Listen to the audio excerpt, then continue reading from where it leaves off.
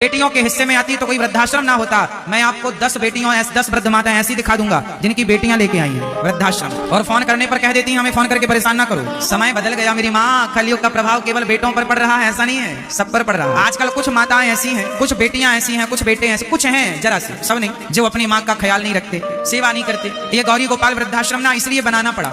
आज से कुछ साल पहले मैं एक बार कथा करने गया एक क्षेत्र में, तो वहां मेरे पास एक बूढ़ी माँ आकर रोती हुई बोली कि महाराज जी मेरा एक बेटा है, मैं चाहती हूँ कि जब मैं मर जाऊं तो आप मेरी चिता को आग दें। उन्होंने मेरे से बोला। मैंने माँ से कहा माँ आपका तो एक बेटा है और आप मेरे से आग लेना चाहती हो, क्यों? तब माँ ने रोते हुए कहा महाराज जिस बेटे ने जीते जी मुझे पानी नहीं दिया, जिसने जीते जी मुझे भरपेट भोजन ना दिया, ऐसे बेटे से मैं आग लेकर क्या करूँ? जिस बेटे ने जीते जी पानी ना पिलाया अपनी माँ को, जिस बेटे ने जीते जी भोजन ना दिया अपनी माँ को, क्या उस बेटे को माँ को आग देने का अधिकार है? जलाने के लिए तो दुनिया बैठी है। आग लगाना बड़ी बात नहीं है, बाग लगाना बड़ी बात।